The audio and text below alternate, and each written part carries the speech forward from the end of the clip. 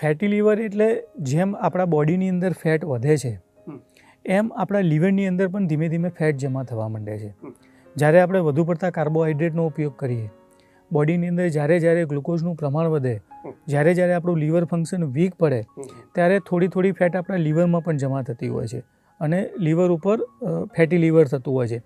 પહેલાં આપણને એવું જાણવા મળતું કે જે લોકો આલ્કોહોલ લે છે એ લોકોમાં જ ફેટી લીવર જોવા મળતું હતું, પણ છેલ્લા 30-40 વર્ષથી આપણી જે લાઇફસ્ટાઇલ ચેન્જ થઈ છે, આપણો જે ખોરાક લેવાનો ટ્રેન્ડ ચેન્જ થયો છે, એના કારણે જે લોકો આલ્કોહોલ નથી લેતા એ લોકોમાં પણ ફેટી લીવર જોવા મળે છે.